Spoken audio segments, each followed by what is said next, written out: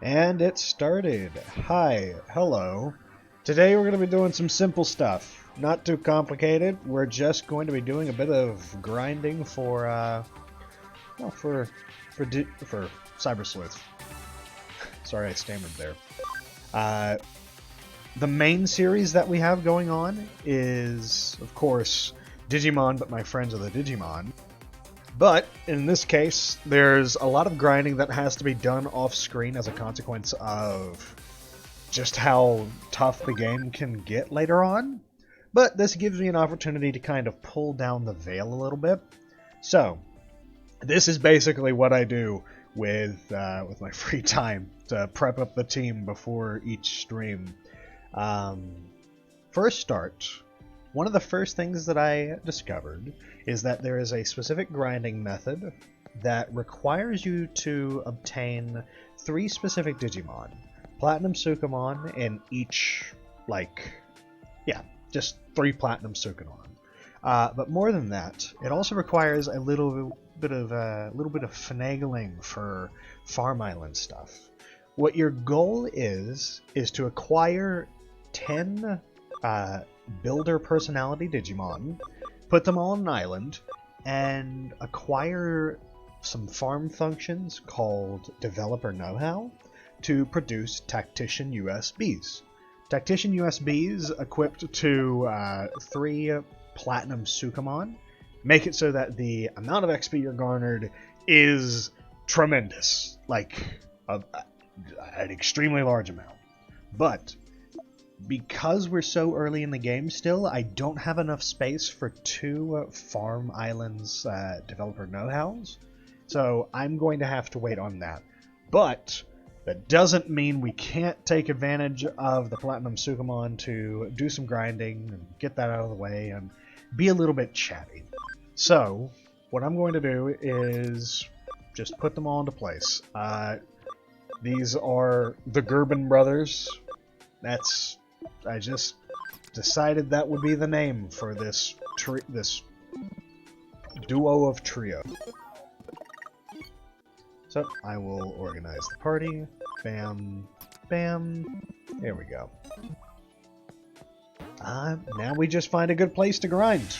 That's really it. Because I can't get the Tactician USBs yet, we gotta do it the hard way. Which is just gonna be going at all these little Digimon. But while I am here, it gives us plenty of time to talk about things. Besides the fact that I'm enjoying the Minecraft Digimon Vods that we're uploading, I am also enjoying this series.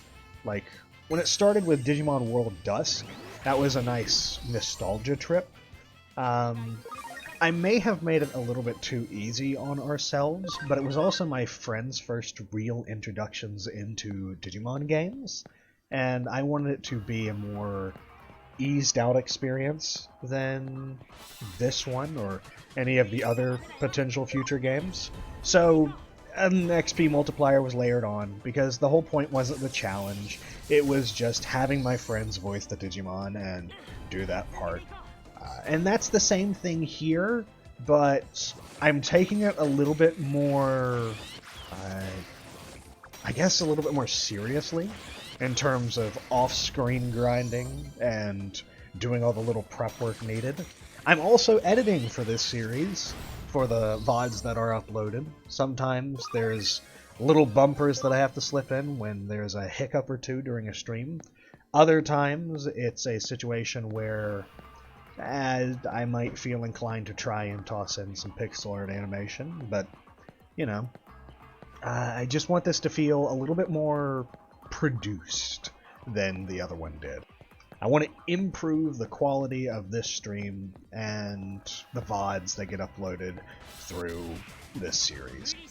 Just makes me feel like I'm learning something new and I'm making progress on my personal goals.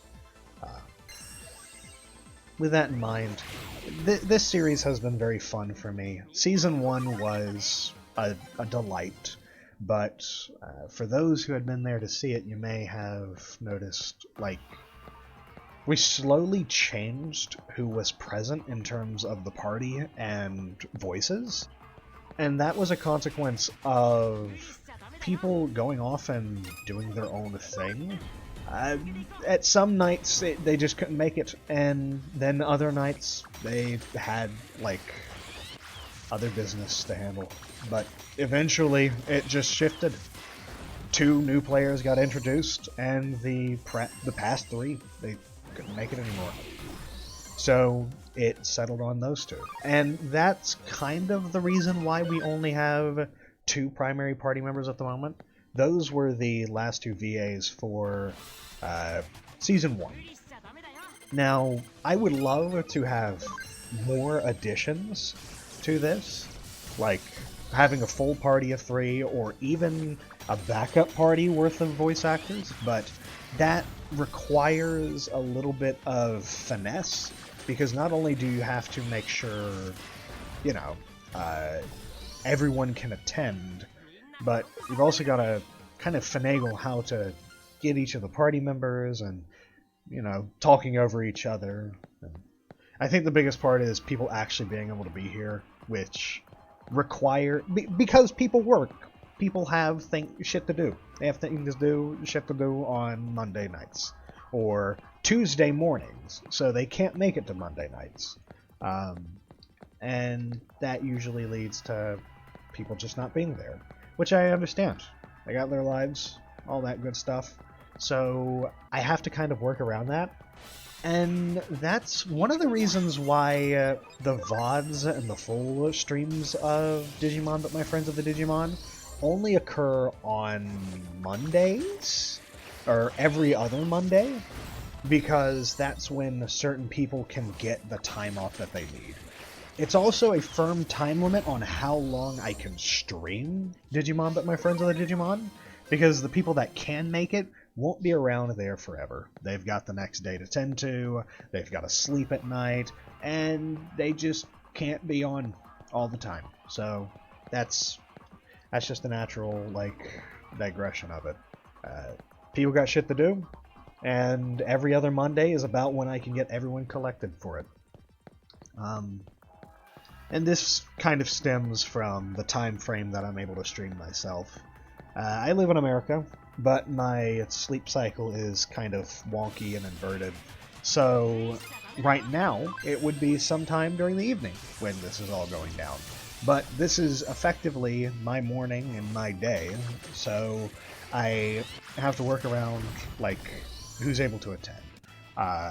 International friends might be able to make it to this time, but other friends that are found in America, which is the majority of my friend group, are not going to be able to do that. Just because of unavailability, sleep, other things. I've said that a couple of times now. But yeah, people got busy, the voice actors changed, and the first season was a little bit too easy. So, now here in the second season, we only have 2 primary party members, along with the grinding cast of Smirt, Turt, and Bert German. So, that's about it. Another thing that I would do in the first season is I would try my best to voice act the various lines for people we encountered, to give a bit of voice to them. And I would love to do that more often in this one, but there's like a weird thing where they already have voice actors, but the ones that have voice actors only do it around 70% of the time. So there's this other 30% that I could try and voice, but my voice disparity to what they've already got as voice actors makes that really difficult to do. It makes it a little awkward. So that's why there'll be moments where I'm just listening to them talk and not, like, and responding whenever I can. But then there are other times where I could voice act them, but I'm just kind of skipping through dialogue, because that's usually with a person who's supposed to have a voice, and if I try to voice act them, I'm going to fucking fumble on my face because I am incapable of doing that. But yeah, right now, the plan is to just grind XP since the initial option is out of the way until we can progress the game a little bit more, which will be next Monday! Next Monday is the next stream of Digimon, but my friends of the Digimon. That's going to be fun. We'll try and push through as many quests as we can, especially now that I'm getting some extra grinding out of the way. It should be easier on the lads, but for me it's still going to be having to get them to the appropriate level off of, like, chibi things here. Whenever I do these VODs, and whenever I try to amp up the editing process, the thing that I end up using is a little editor called OpenShot. OpenShot is very good. For one, it's free, and that is a huge bonus for anyone looking to get a video editor. Things like Adobe and all this other bullshit are like $200 or ask you to pay a monthly fee, which I think that is screwed. But OpenShot is free. You can donate if you really want to support them, but it's ultimately free. And the process that it has is also very streamlined. Like, they have a couple of videos to guide you through it, and me, a schmuck who has never edited a day in his life, was able to really pick it up based off of those YouTube videos.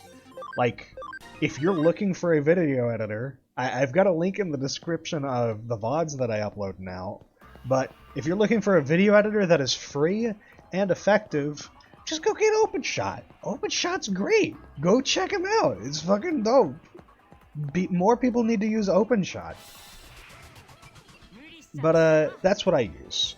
And on top of the process of editing a video together, for things like thumbnails and other little assets, such as this Vtuber down here, this little 2D tuber, boo boo boo, I use MS Paint, which is comically low grade, but having pixel art has made that a bit of an easier process to rectify. I know there are better things like GIMP that directly help. You could use Adobe Photoshop and all that good stuff, but I've learned to make pixel art over a lengthy year after year process of just fucking around with it until I figure out what works. And now that I've fully integrated into MS Paint with pixel art, it's kind of hard to move to another thing because I don't know where the tools are, where the brushes are. I'd have to learn a new system, which would probably allow me to make my pixel art easier, but I also like the kind of low-grade shoddiness that comes from MS Paint. Like, to achieve something good with it, you have to try a little bit harder, which I think makes me feel more proud of what little I am able to make out of it. So I'll keep working with it and keep expanding on what I'm capable of doing. Recently I've been trying around with outlines for my pixel art, because I had a phase where it was no outlines, it was just like flat colors with shading here and there. Then I tried to incorporate colored outlines, which was good for a time, but I really found myself when I got into bold outlines. Like bold black outlines, and then filling that in with color. Yeah. Yeah. All this pixel art stuff, all this editing stuff, it's just out of one big drive to be creative. I am a creative spirit. I've been working on writings for a while, and that's been since basically the conception of myself. I like to make things. I'm not very crafty when it comes to woodwork or metals and stuff like that, but I like to think that I know what looks good, and I try to make things look good. Yeah. I'm gonna put on a I'm gonna put on a cheerier face. In terms of those writings where all of this creative aspiration has kind of bloomed from, I plan to release some stuff on that eventually. I've gotten a first parter for a bestiary referring to it, and that can range from things that are graphic to things that are more lighthearted. Having a bestiary for monsters and races and all sorts of things, there's bound to be gruesome ones and more hopeful stories. I like to refer to it as an anthology, mainly because each entry I tried to make their own story. Just it's all set in the same world, but a different story for how each race came to be. Whether that be through adaptation or being made by some specific deity. You know, get real creative with it. Yeah. I plan to try and translate a couple of things into a rules book that I can publicly release, because a lot of that bestiary stuff and a lot of the writings that I have ended up blooming and developing out of a kind of a homebrew thing that I've established with my friends. We've played in it for a couple of years now, and I've just kept adding more and more things to it to try and build upon the little blocks that are there. So a part of me wants to try and boil it down to its most fundamental parts, and then put that all in a rules book, and then put that out in the world. And try and keep it as modular as I can, so if a DM happens to buy it, they can pick and choose the sorts of things that grab their attention the most, and then settle with that. I don't know. It feels right to me to make something modular, because of how much I love modular and customizable things to begin with. Yeah. I've just grinding here, I've already talked through, like, what I plan to do with this stream, how I prep up the voice acting stuff, why things happen every other Monday, etc., etc. I've talked through all my talking points already, so I guess now conversation can spur completely at random, depending on the type of thoughts that hit my mind or what sorts of voices happen to throw a subject at me. Rootkit hit level 30, so I'm going to go ahead and see if I can swap Rootkit with Shark. That way we can try and grind Shark up to level 30 as well. That's my current goal. However long it takes, I want to get both of them to level 30 so that when we go to the next stream, we can have another opening evolve moment. Once they're at ultimate level, very little is going to be able to actually stop them. In the sense of, oh, they're going to be strong enough to push through all the little baby things, but they'll still be pretty vulnerable when it comes to, like, future bosses and all that. Ah, shit. Shark is... Oh, no. Okay, Shark is a little bit too big to fit on a party with all three of them. So Shark is actually going to take even longer to grind than I anticipated. Okay. Well, you know, stuff happens. Stuff happens. Stuff happens. Also, hello. Hello. Hello. I gotta say, to not be a sponsor situation, that was an exquisite promo for OpenShot. I mean, I'm complimenting them in earnest. All of the other things that I've seen have been free malware or cost way too fucking much. Just get OpenShot. Just get OpenShot. OpenShot's great. Oh yeah, I mean, it's deserved. It's like, wow, no one even paid you to say that. That was pretty good. They earned their piece by letting me edit my shit. Yeah, everything I've seen too is just like, yeah, it's an absolute gouge, or it's just a virus. Everything is dookie dog water. Except for OpenShot. OpenShot's good. Yep. Hey, if you want me to talk good about anything you guys want, just send me $5. Right. Yeah, and I had never seen you use any sort of editing stuff before, so that would be your first. I'm like, it is easy enough for someone to just start. It is a great place to learn how to edit, and I'm sure that these skills will transfer over to other editing softwares, depending on how much OpenShot is based off of prior concepts. But for now, Right. I'm just content having an editing software at all. Right. What? OpenShot? MS Paint? What? You have a creative thing for free? Oh my god.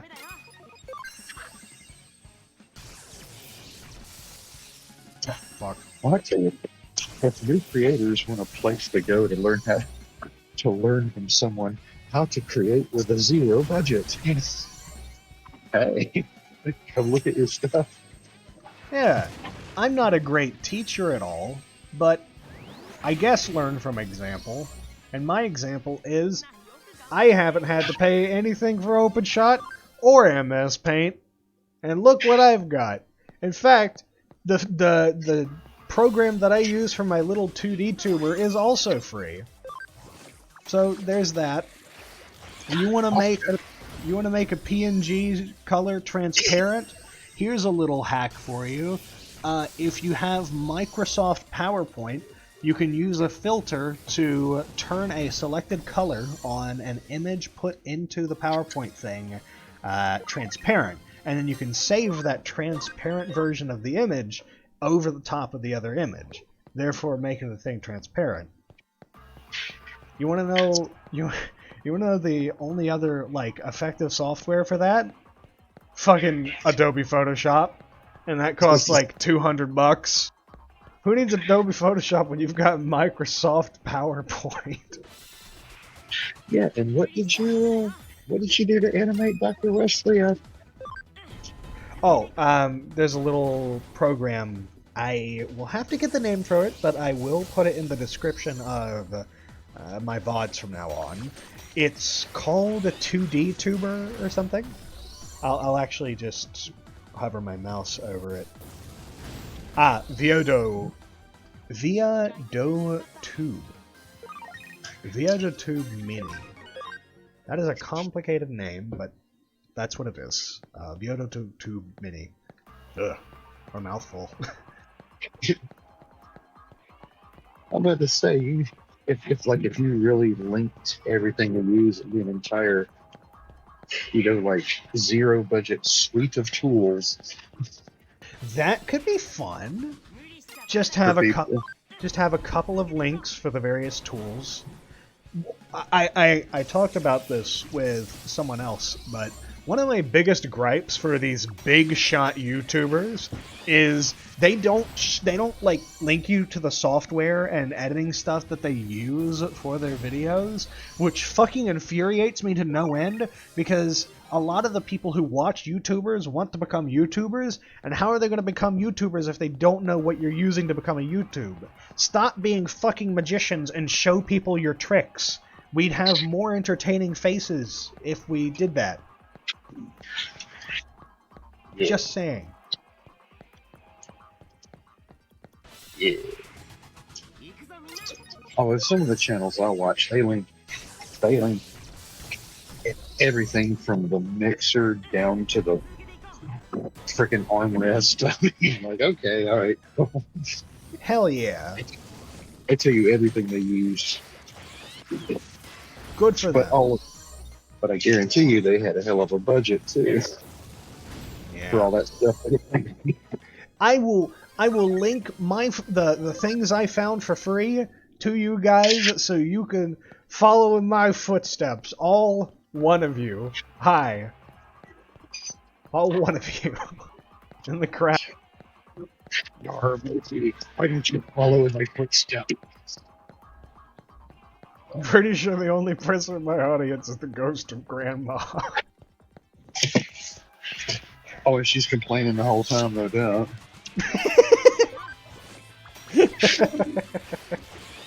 I could say that she was my mother. From experience. Oh, that's in case no one was aware of it. Yes, I happen to be the uncle. Yep. He's the uncle who lets me stay with him. And I appreciate that. He's also great with voices, so, you know. I don't know if they see it as me. Currently, the reason why he doesn't sound so crisp compared to how he does during the full streams is just he's at work at the moment. Like, he's one of the people who has to get the day off to be able to attend to that particular stream with a good mic. Yep, at work, surrounded by equipment, with an earbud in on my phone. Not the same. Yep.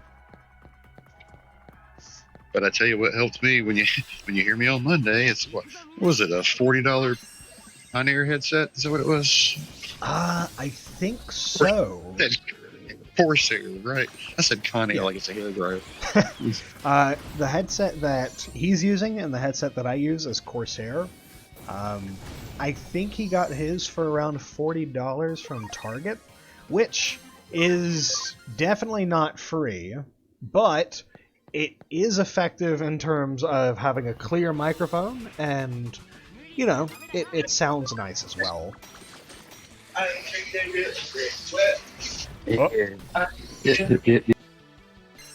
Yeah, he was getting some background noise. A little bit. Just a little bit. Oh my god, this is gonna take so long. Oh no, Shark's gonna take so long to level up. It'll be worth it to have the beefcake at the ready, but frick-a-frack. Oh man. Besides enjoying. Ow. You peaked hard on that. I am. Ooh, hang on a second. Yeah, you Maybe I shouldn't do that. What now? Yeah, you peaked hard on that one. I don't know what caused it, but that was like a little auditory flashbang. Oh, you mean actually audible? Okay. Yeah. I was standing in front of a microwave. I probably shouldn't do that.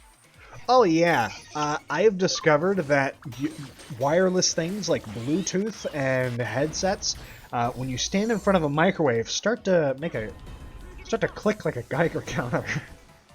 You know, something about radiation fucks with them. Not sure why. I mean, microwaves don't use they don't use the radiation that is like super bad for us. Like, how do microwaves work?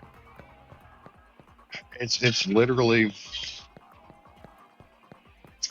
RF. I mean, they're called microwaves because they are short waves of radiant energy. I'm not positive. Ah. Microwaves are fucking weird. I mean, if you go somewhere and you order and you try to purchase 2,000 microwaves, the FBI will probably come to your door because you're collecting isotopes. Okay, so microwaves are slightly radioactive. just enough to cook your food. And also to assemble something It's dangerous. shortwave. Yeah. Like, have you ever heard of shortwave radio? Yep.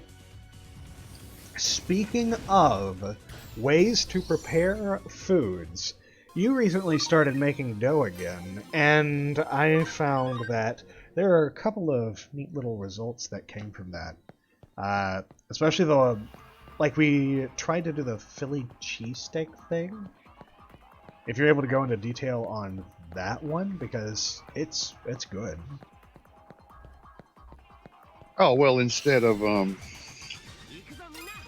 like, I think the quick shot people tend to use is steakums. Steakums. But yeah, it's this pressed, these little beef sheets. I mean, decent in a pinch, but I think an actual cheesesteak, I think it is skirt steak or something, and it's literally chopped beef. It's not necessarily pre-processed. But anyway, I ground beef. Yeah, ground beef, red peppers. Not like hot ones, Yep. just ones that are like super ripe. Yeah, green bell peppers that are actually ripe. Yellow, orange, red. There's flavor development in the red ones. I thought, hey, you know what? Let me get some red ones. Well, what led me towards that day was all of the green peppers were sad. They hadn't brought out the new stock of green peppers. Yeah, a couple of different things that have been weird with fruits and veg. Besides looking sad, there's also like one of our trips to the grocery store, the strawberries were completely molded. Well, not completely, but they were pretty molded over. And another day, the oranges, mandarins, were like very soft. Way too soft. And that could be anything from how they're being stored to an actual problem with the plant. But I digress. This led us to getting the red peppers, and what other veg did we end up putting into it? I had the green onions. You know how like I usually get green peppers and red onions? Well, this is red peppers and green onions. A little bit of inverse. And the baby bella, portobello mushrooms. Basically had diced all of that up and let it sweat out with olive oil in the pan for a while and moved it aside. That was like 4 pounds of did I get the 90% lean ground beef, something like that? Yes, because there's the idea that even if the fattier beef is cheaper, you're basically like cooking out all of the fat. You're pouring it away.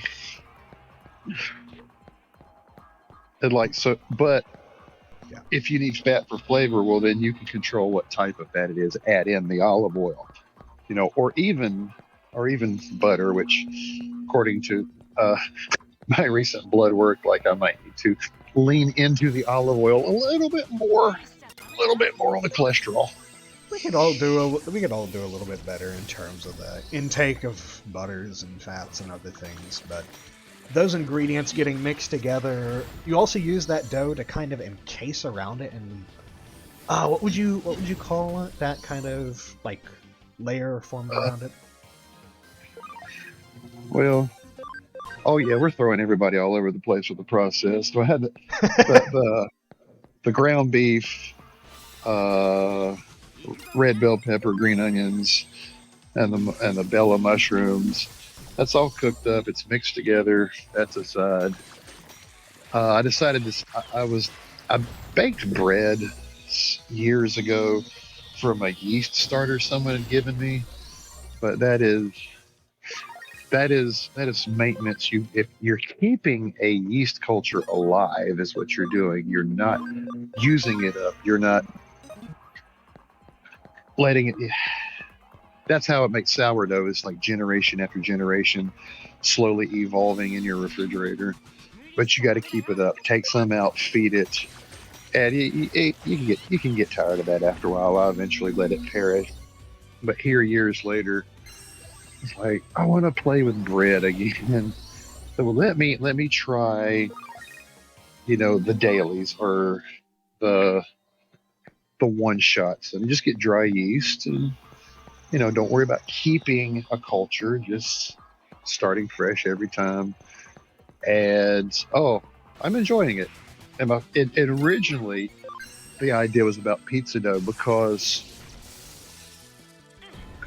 we're running into a lot of disappointment of when we reached for nostalgia in terms of some pizza establishments, and especially deep dish or pan pizza. We've hit some disappointment. They just don't have pizza like they used to anymore. Shit's been dequalified, disqualified. Fuck. If you can find it, the prices have gone up through corporate excuses, and it's what I'm going to call it. There was really no good reason for everything to raise up as much as it has in the past 5 years or so. But besides that, centralization, mass production, quality of ingredients, additives, unnecessary additives in terms of nutrition or flavor. It's just for shelf life and transportability. I maintain that the quote unquote unhealthiest thing you can make at home is still healthier than the supposedly healthiest thing you can order from a restaurant business. And that's why I was going, leaning into the cheese and the butter, but I may have overcompensated a little bit for a while. Yeah. But it's still going to be overall healthier. You know what you're putting into it. So the pizza dough, it's like, I know I'm not adding extra sodium for shelf life. I'm not adding extra sugar to get customers addicted. And I promise you, there's so much sugar in ye old standard American white bread product, whether it's a bun, a roll, whatever. People from other countries come taste our basic bread. They're so, oh, sorry, love, it's fucking cake. It's not bread. I promise you that. Too sweet to be a loaf of And it is for the toddler palate of America. It's the addiction. Yeah, I mean, yummy is addictive. Yeah, that's why things will end up being unhealthier at restaurants, because they want you to enjoy your food to make the price seem worthwhile, so that you come back and pay them again to give you that really good food. Granted, really good also means really bad for you, but now in some places I see the justification. Again, not sponsored or anything, but a restaurant in my city, a locally grown restaurant, their butcher is in-house. They do as much as they can there from local at the restaurant. It's good. Yeah, I feel like their quantities may have gone down, their price went up. But if you maintain that quality and I can enjoy it, I don't mind it. I just might not visit that often anymore. yeah. So you got to be able to do it right. I get it. You play the economy game, you play the business game, but just do it right. Now I feel like we've gotten off track from the from the food prepping thing, because Right. I had mentioned the dough. What is the structure that you would refer to as the dough around this kind of filling we discussed with the ground beef and the various veg?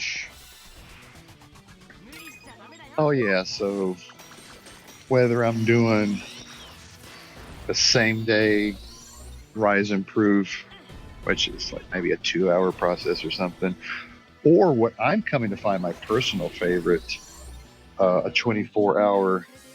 You bring it to life a couple hours, then you let it cold proof in the fridge. Either way, rolling it out, taking pieces, laying it out, putting some of that meat, pepper, onion, mushroom mixture on it, and I didn't have any. I wanted to go for a cheesesteak type flavor, just something, some semblance. I didn't think about having provolone, but I already had a little bit of sharp cheddar and some mozzarella. I even tried adding cream cheese, but I find it to be unnecessary, I believe. But then fold it over, you know, it depends on the construct, the culture. You might call it a turnover, a popover, an empanada, depending on those ingredients. But for these purposes, I guess it's closer to a calzone. I think a stromboli would be like an entire pizza that's rolled over.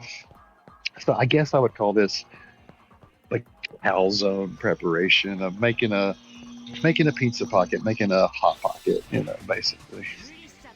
Now, the reason why I bring this up is because I'm enjoying them taste-wise, but also they are super organized in the sense of if you want a sandwich that like feels really unmessy to eat, this is what you could go with. Just because it's it's held together, but it's not hard to bite through. It's soft but composed, so it makes great sandwich material. Yeah, and part of the key there was my cooking temperatures. You know, originally the whole idea was us finding redemption for the world of Detroit-style deep dish pizza. To get one of those actual pans, you got a special order it. It seems like I'll get a metal casserole dish. Oh well, lasagna. The lasagna dish is a bit broader. It's kind of like two of the Detroits side by side.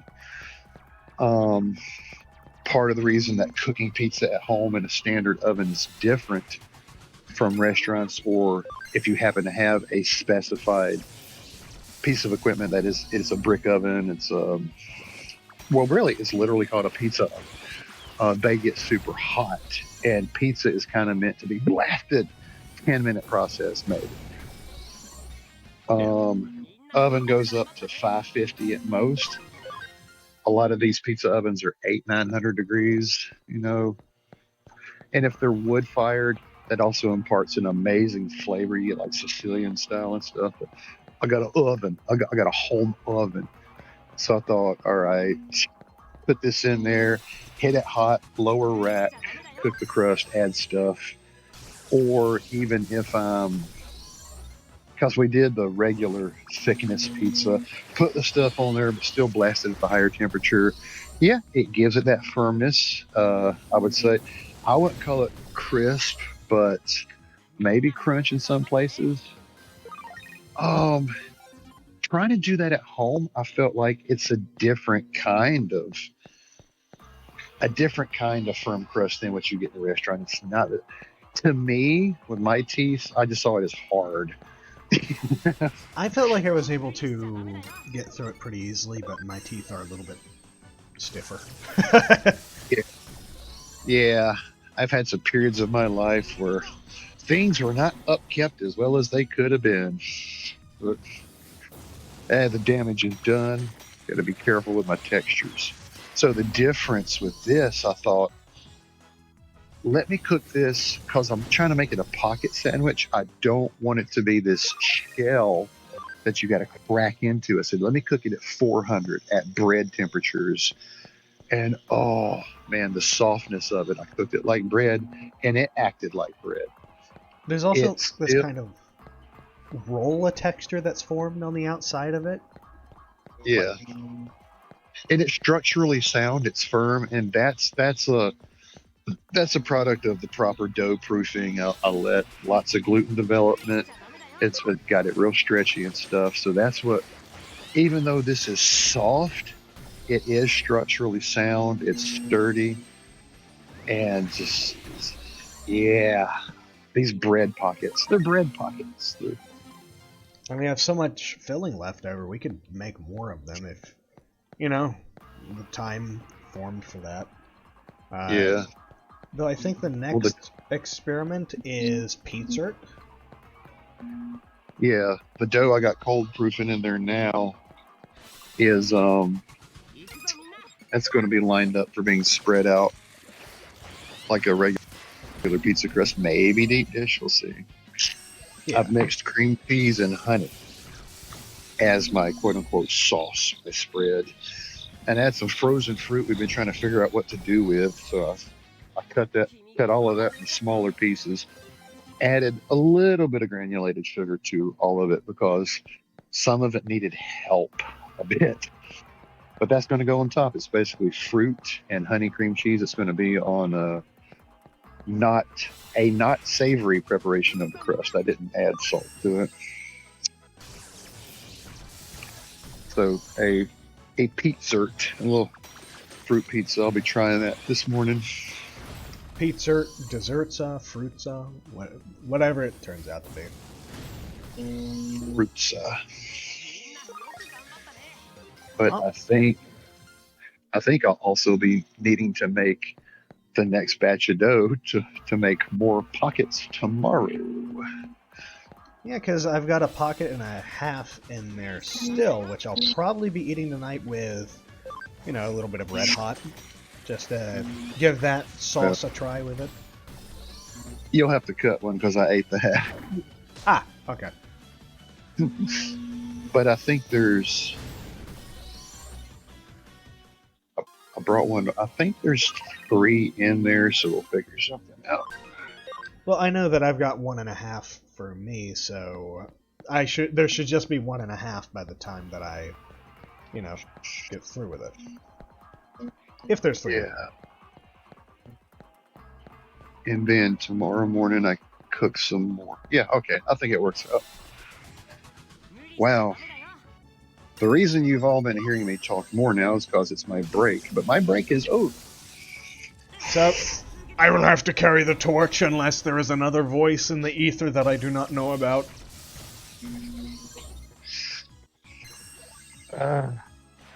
Let's see about that. Ah, that voice in there. Yeah. Hello. There's that voice. The other voice in the ether is the guy who talks to me while I do the Minecraft Digimon thing. Skyrim. Okay. What Skyrim?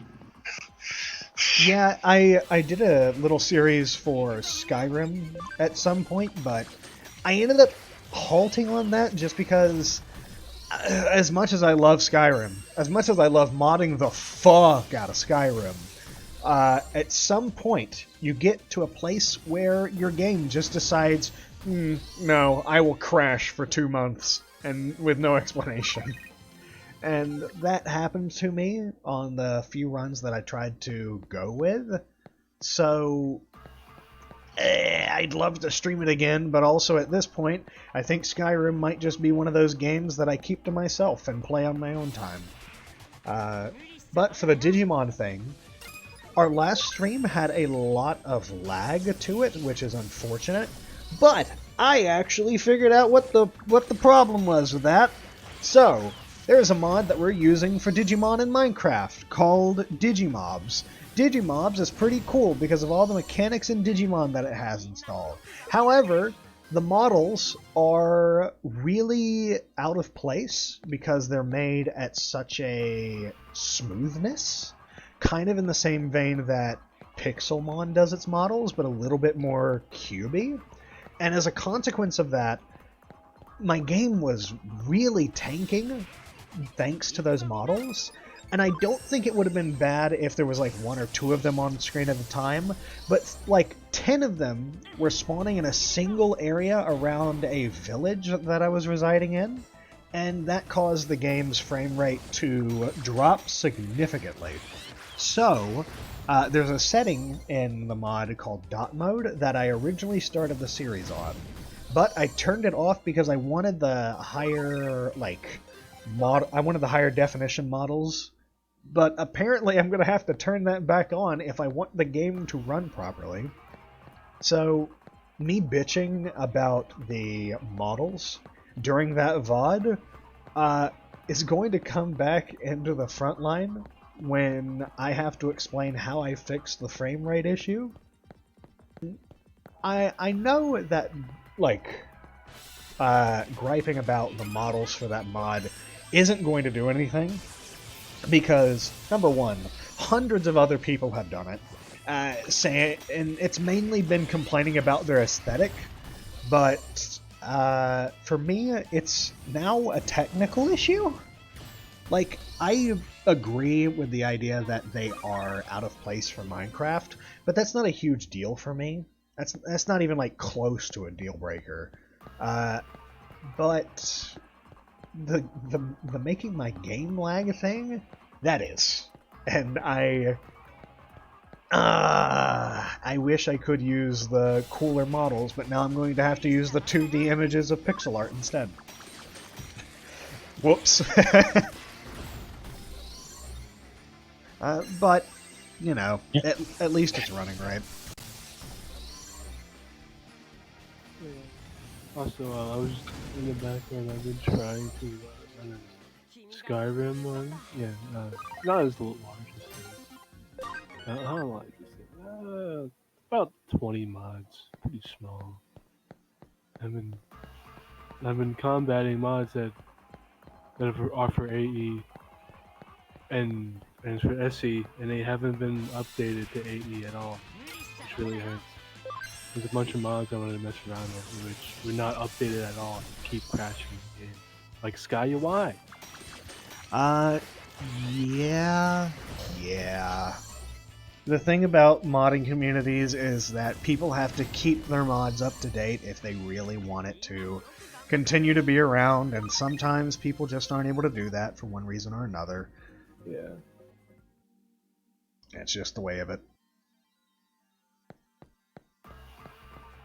I've noticed that I use things like, well, that's just the way of it, and a bunch of other little things to fill the void when I'm talking. And I don't know why that's the case. I think I might just say a line, and then my NPC brain goes, that line was particularly easy to string a collection of thoughts together. I will use this again whenever I can possibly think to do so. God, I hate that my brain is just fucking automated sometimes. Welcome to the automated voice message system. I will comment though, Shark is now, I think, 8 levels? Well, 9 levels. He's still got 5 more to go before we hit level 30, which things are going to get slower. I think now it's going to be like 2,000 XP for him to hit his next mark. So we're going to be doing like 10 fights. 10 fights for each level now, if not more. Oh, have it. Needless to say, getting to ultimate rank on in training and rookie level Digimon is tedious, but also, because of the formatting of this series, it's something that I just need to do, I guess. It would be funny though if I could get them up to Mega Evolutions before we even see the second boss. That would be stupid. That would be stupid. I'm earning them as legitimately as I can, but it'd be really goofy. Yeah, I mean, if they want to watch 6 hours of this every other Monday. Yeah. So far, we have gotten to a pretty good point just by doing this. And as we progress the game, we're going to be able to get more in terms of how much we can grind. But this is painful. It's painful. Fortunately, I am in great company for people to talk to, so it's not that bad. It just takes a little while. Yeah. Yep. That's why it's called grind game. But as long as no one gets hurt. And as long as no one in the party gets hurt. Well, as long as I don't get hurt. I think you should like murder something. I don't know. Maybe don't. Hold on. Can I just address what you opened up with? I think you can murder. Sure, I could, but why would I? That sounds counterproductive for myself and the rest of society. I don't know. I don't think that would be very nice, now would it? It wouldn't be very nice. I could, but continue your thought, War. I could murder what? That was it. No. That was it? Yeah. What's something I could add on to it? It won't be really much of a significance. Oh, it's this. Can we talk about the chaotic incongruity of traditional Digimon? Oh, yeah. So, I actually want to... I'm going to do a little bit of a history lesson for you lads who don't know very much about Digimon. So, back in the original series, the way that Digimon worked... And when I say series, I mean back the original series of the V-Pets. You had like 1 or 2 random eggs you can get. And then that hatched and then changed into a couple of different forms based off of how you treated it and how long it lived. So, bearing that in mind, you had this kind of benefit of super low resolution pixel art, which allowed you to turn a circle into a slightly differently shaped circle, and that left a lot to the imagination. But when that got translated to manga, anime, and more detailed video games, you had to take those little simple pieces of artwork and then make them more detailed, which leads to those same lines becoming super quirky. Like, and then as you add more Digimon, those options start overlapping with one another, and it gets to a point where there's this giant interwoven web of Digivolutions that have sometimes no fucking explanation for being related to each other. So, using Platinum Sukamon as an example, his previous evolution is a set of gears. The only 2 things binding them is the fact that they are made of metal. One is a pile of, like, shiny shit, and the other is just a set of gears. And then after Platinum Sukamon is a guy in a monkey fursuit who is kind of like an Elvis impersonator. And then after that one, you've got a fucking snail with angel wings who is also encrusted in metal.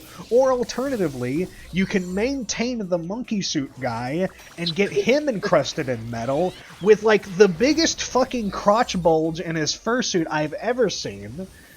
And it's just... it's like... Yeah. Pokemon makes sense with the Digivolutions. Or the evolutions, I should say, not Digivolutions. Because Digimon is all over the fucking place with its Digivolutions. And some people will say, oh, that's fucking crazy. That doesn't make any sense. This is taking me out of my immersion. But I'm going to say this, and I'm probably not the first person to say it, and I won't be the last person to say it, but having my Agumon turn into a giant fucking snake dragon, and then turn into a guy with, like, fucking robo-arms, I think that's awesome, and I think anyone who says that is stupid and dumb and doesn't make any sense should learn how to have some fun. Get creative with it. I mean, but look, you have stuff like I'm a little gumdrop, and then next it's like, oh, I'm a gingerbread house, and that kind of follows suit, right? But then it's like, oh look, I'm Ariana Grande, and then all of a sudden, oh look, I'm a pocket ravioli.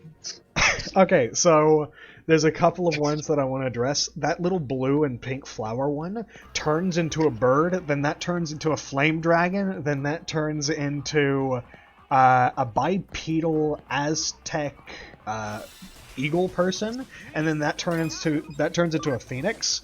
But I think the best line for this is the Godamon or Tailmon line, which starts as a dog, turns into a cat, then turns into an angel, then turns into a dog dragon, never-ending story style. It just works.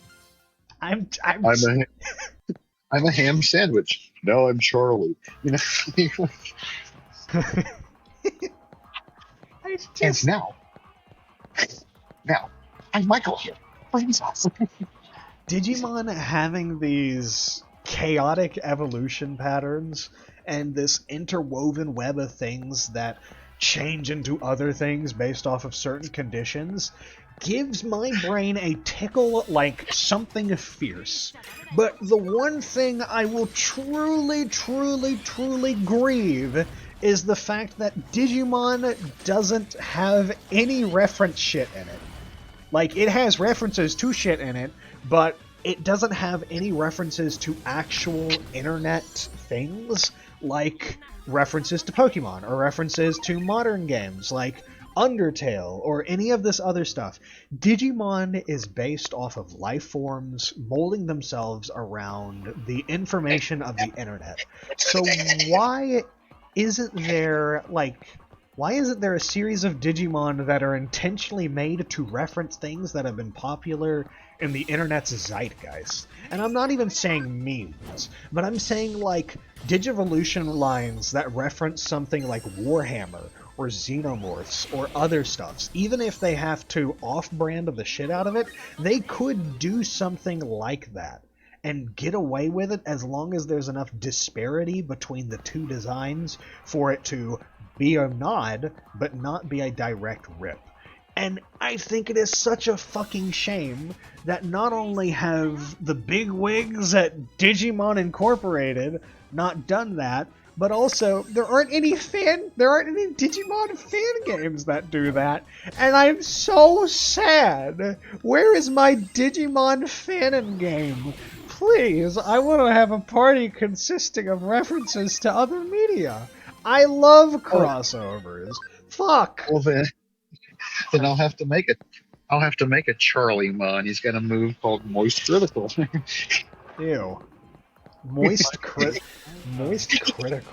Ew. I'm gonna hit you with my moist critical. Pocket ravioli. Oh God, no. I think someone. I think you're gonna be pulled off.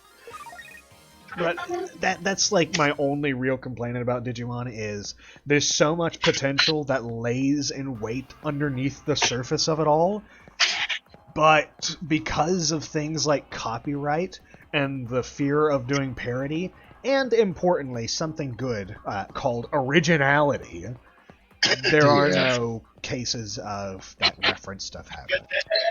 Digimon itself is original enough to come up with their own things, and I appreciate that. So as much as I can complain, I'm not going to fully complain about it, because them opting not to do that just gives them more of a chance to make their own thing, and that overall is good. I just love it when two things cooperate with one another and crossovers, and it's a real shame that doesn't happen very often nowadays.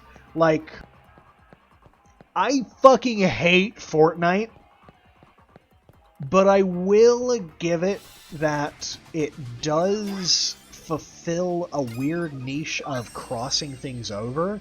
However, I think it's incredibly stupid that Goku can hold an M40. Just really kills the mood, you know? It just kills the mood. Speaking of crossover, that does make me think. Like, there's easy ways that could happen. I think there's something wrong with the crossover with Respawn. Oh. Ugh, heavy feel for me. That actually reminds me.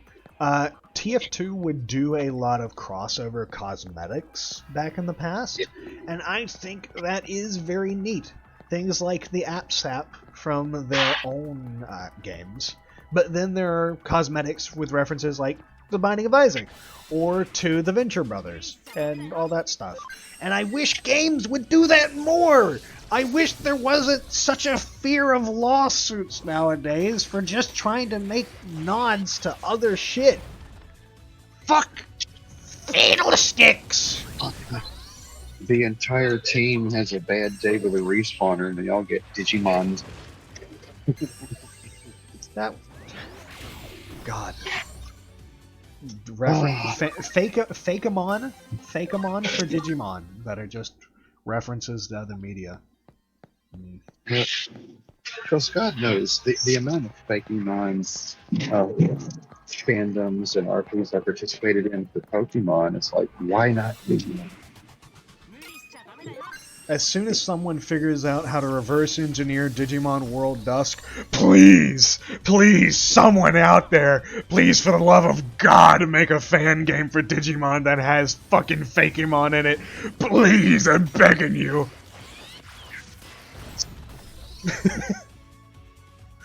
That'd be Digivolve into sandwich. Cringe. Okay, we got 3 more levels on your boy Shark before he's at Prime Evolve condition, which we'll save for the actual stream for this. But I'm pretty sure those last levels are going to be a bit of a pain. They're inching so close to 30. But at least you're not having to just sit there at home grinding away all alone. Yeah. You can share the world. And I can save the VOD, give it a little bit of minimal editing, like an intro or otherwise, and, you know, put it on the channel perhaps.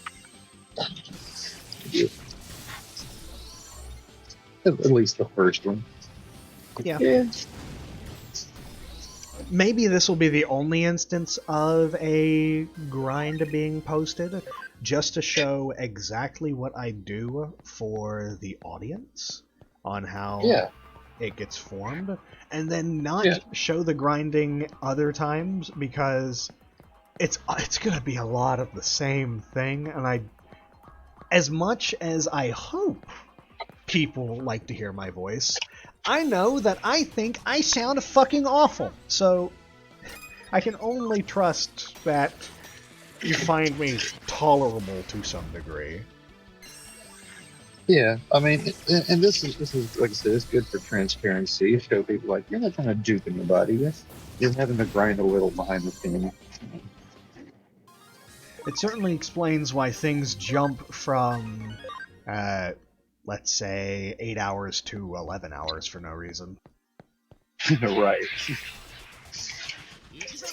Yeah. Lots of grinding. Lots of grinding. While we're talking about the idea of fanon, fanfic, and crossovers, I think one of the cringiest fandoms I originated from was... I'm putting this out there. I'm submitting myself to the blade of the internet, but I used to be a brony. I liked the cartoon Horse Show. At some point back in the day, I used to watch all the weirdos on the fucking internet talk about that stupid series, and I think it's because I didn't have, like, actual podcasts to listen to, so those were the ones that I would turn to. I used to have a fixation on reaction videos, and watching people react to different episodes of My Little Pony. And If the algorithm picks up the language content, you probably just increase your view count like 30,000%. God damn it. If this is the one that makes a breakthrough for some fucking reason, that would be an embarrassing way to let the world know how cringe I was when I was little. The first episode that breaks 1,000 viewers. Hey guys, I used to be a brony. Fuck. And being a fan of My Little Pony also led to me being a fan of Homestuck, which I don't feel cringe about, And Yeah. then that led to Steven Universe, which I do feel cringe about again. But overall, me getting engrossed in different fandoms helped to brew my creativity. But it also kind of poisoned the well, because now I can never stop thinking about, I like this thing. I wonder what my personal characters would be like if I inserted into it. And I'm going to reflect on that and say that's hardcore cringe, but also I'm going to continue to think about it regardless, because fuck you and your preconceived notions of what I'm allowed to do with my own brain. I don't know. I mean, you shouldn't feel cringe, because every time I see a cartoon, I think about the possibilities of my personal insertions as well. Knowing you, that might have been a double entendre. Possibly triple.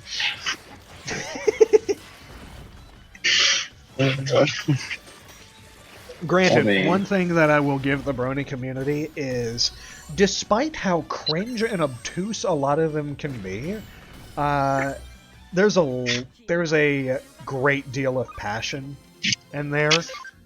There's a lot of good artists, and I'm not even referring to the disgustingly large amount of porn present. I'm more so referring to just people who enjoy the series for one reason or another, just being good artists for some fucking reason. Like, that's the thing. A lot of this fandom that we connect with cringe, these are some of the greatest fucking artistic minds that ever existed, these people. You know? it's almost as if fandoms that are cringe are only cringe because they're so widespread and large that they encompass people who are just cringe on their own. Like, the Brony fandom is ridiculously large for what it is, so it encompasses both weird, disgusting people, but also completely normal people who are legitimately talented. And that goes for a lot of different things. Homestuck, Steven Universe included, Owl House fans, and far beyond that. Yes. Owl House, one of the greatest things ever. Fandom only becomes cringe when it gets large enough to attract the weirdos. But at that point, it's also got plenty of good people. And then you've got this weird situation where the stereotyped, verbal minority that makes the fandom look weird are the ones who get heard because they're the loudest ones. And now the rest of the people in the fandom feel like they're cringe for liking something they should legitimately like. And you get into this fucked up cycle of, oh shit, I like this. Oh shit, terrible people like this. I shouldn't like this anymore. Well, I better hide my interest from now on, lest I be persecuted by the masses. Yeah. It's like the true artists just doing their thing, like masterful cosplay home crafters. They get a little bit of expose, but you don't hear about them in the news. The ones you hear about the news are the furries who turn out to be, tea bears, right? Yeah. Just, God, I wish the internet were still cool. I remember back when I first, traversed the online space. And during that era, I was a little freakazoid who loved Sonic, who loved AMVs, and who loved Yu-Gi-Oh! So a lot of the things that I would go down are edgy Linkin Park or Breaking Benjamin music, playing over a series of clips of just ship art, and it was so fucking cringe. It introduced me to that genre of music, and it helped to brew my little shipper's mind, but fuck. Well, my introduction to pretty much everything from the get-go online to everything, fandom, fan art, crossovers, lemon, straight up fucking fan hentai, RPGs, chat rooms, everything is Pokemon. Pokemon entered online. All of my introductions began with Pokemon. I wish it was still cool to like things. And now the Right. only thing that is cool is being an asshole cynic. I'm waiting to go all the way back around to liking things again. Like, I think we had this discussion during the Minecraft conversation, or during a previous conversation, where we're stuck in a bit of a cyclical thing of, I like this, and then it's not cool to like that thing anymore, so then you start hating it. But then it's not cool to hate that thing anymore, so you start liking it. And it just goes round and round and round in this fucking hamster wheel of changing opinions. Yeah, I just want to be able to like things again without it having some particular association or title claim. Pretty rock, health with music, blue cheese, black olives, buttholes. I just want to be able to be allowed to like them without judgment. I'm going to ignore that last one and just focus on the blue cheese part that you mentioned. If anyone catches what he said, they can comment on it. Speaking of, like this video and comment in the description and comment down below, because that's what you gotta say, right? You gotta scream at the top of your lungs, like my fucking video! Because, you know, we can't just, like, get traction without directly telling people to do a thing. We can't just let them do it on their own accord. We have to bring it to their knowledge. We have to bring it to the forefront. You have to be in charge of what everyone does, even if they were going to do it anyway. Yep. But yeah, to be able to exist, to like, enjoy, without being forced into a club, a demographic, a movement, a journey, like, just a local thing. I like it. Average fandom fan, casual enjoyer. And in fact, to be able to associate with groups of people who like the same thing without it becoming a super club. And even if it does become a super club, just let it be a super club. Yeah. It doesn't have to be. It doesn't have to be a cult. It doesn't have to be a movement. I just had like the best and worst idea for a Pokemon ROM hack for something like Fire Red or Emerald, where instead of Pokemon, you just have various references to different fandoms. So there's ROM hacks that add Digimon in place of the Pokemon. There's ROM hacks that add fucking My Little Pony characters, Homestuck characters, and all this other shit. What if we just made, like, one big ROM hack that incorporated as many of these ideas into it as possible? Can we have a Pokemon ROM hack where I can pit Goku against Princess Celestia? That'd be fucking dope. They made a Pokemon ROM hack that has, like, 75 different types. Why can't we have this? Where's my fucking fandom type chart? My little Eevee. Yeah. Oh, that's how they could handle it. Every starter or every base level Pokemon could be kind of like an Eevee, where they have a bunch of different branching paths that then conclude in the ends of their references. So you'd have one based off of fucking Sonic the Hedgehog, and it'd be based off of like the Chow. And then that could branch into actual Sonic references, and then the super forms of those Sonic characters. I'm just saying, that'd be pretty cool. I don't know. You start off with your little Eevee-oid, and through the power of Digimon, you get to browse the internet and choose a fandom or a path.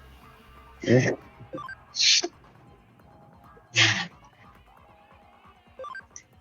The dreams. The dream!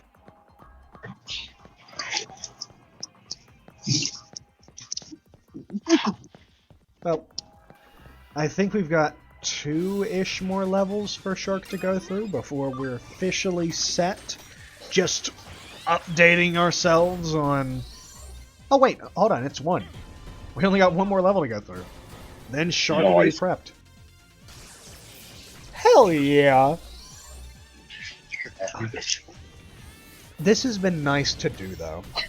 Instead of trying to focus on the progress of Minecraft, instead of trying to focus on the actual story points of Monday, Digimon, but my friends are the Digimon, I've just been able to grind. I've just been able to game. And I've just been able to talk about a couple of different points that I didn't even have planned for today. And I used to do this with TF2, but now that the people that I play TF2 with have kind of turned their focus to other games and have caught themselves up in different places, like, one has just taken an entire exodus from the internet for a little while, so that's a thing. This has been a good opportunity for me just to toss my thoughts out there. Just let my brain crack itself open and see what kind of words spill out in a salad of just fucking random shit. Yep. Let's talk about pizza dough, ponies, and production value. Oh, I need to do this more often. I need to do something... you know what? I might do this more consistently. Even if I don't upload a lot of these, I could potentially do the streaming of grinding and just talk about whatever fucking comes to our thoughts, you know? I don't want to expend every potential talking topic, but I do want it to, like, be out there, you know? Yeah. Yeah. Yeah, since it doesn't look like aliens will be invading any bogs anytime soon. Oh, that... Okay, so, I'm going to talk about that for a second. I don't think anyone saw it, but we originally had an idea for something called the Bog Invaders, which would have been me and two of my TF2 friends getting together to do a podcast thing where we talk about various subjects based on our preferences and likes of that sort. But the guy who was hosting that, the software we were trying to upload the podcast to was it cost too much. It cost too much to do. I'm certain that if I just, like, made a thumbnail and used OpenShot here, I could just record a podcast thing and then upload it to YouTube after slapping a thumbnail on it. And then you guys could just listen to it as if you were listening to an old album that only has the front cover of its thing as the video. We could do that. We could have done that. But Bog Invaders is effectively on hiatus. After our first 1 or 2 episodes, you had to pay like a monthly fee of $60 fucking dollars, and that is monolithic for 3 guys just trying to talk about tropes that we like in fiction.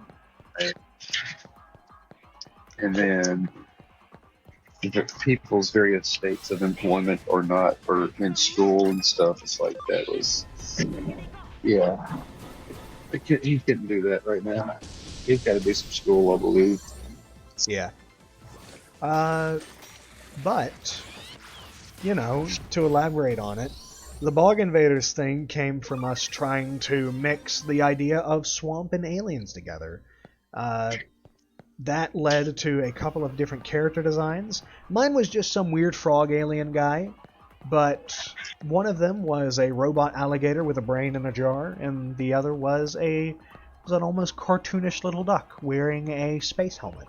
So it kind of played itself out as, oh, they are the invaders on an alien bog.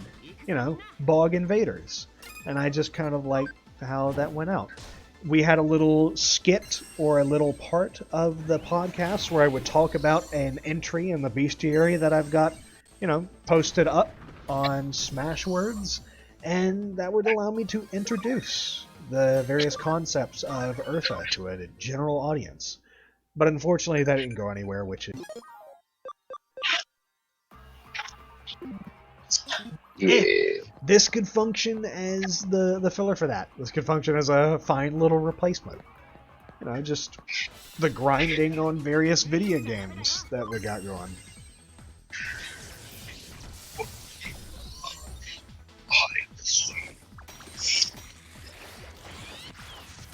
Digimon, but I grind for my friends. That could be the name of it! Okay, that's what I'll do. Digimon, but Right. Yep. Go ahead. Digimon, but I grind for my friends. You could get funny with that by saying Digimon, but I grind on my friends, but I'm pretty sure I wouldn't get any traction in the algorithm for that I was one. gonna say if you did it. Yeah, that would be fucking cursed. But Shark is now level 30, which means we can return to the Digilab and we can check on the farm island to see if there's anything that can evolve there. But that does mean the grinding has kind of hit its peak until we get both Rootkit and Shark up to ultimate levels, which will be during the next proper stream of this. Nice. We've done our grinding. So, let's assess things back at the lab. Doop-doo. Oh, you're right.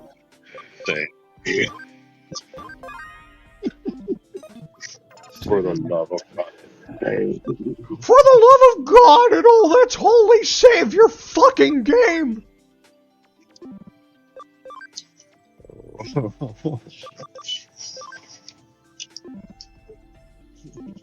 So bad.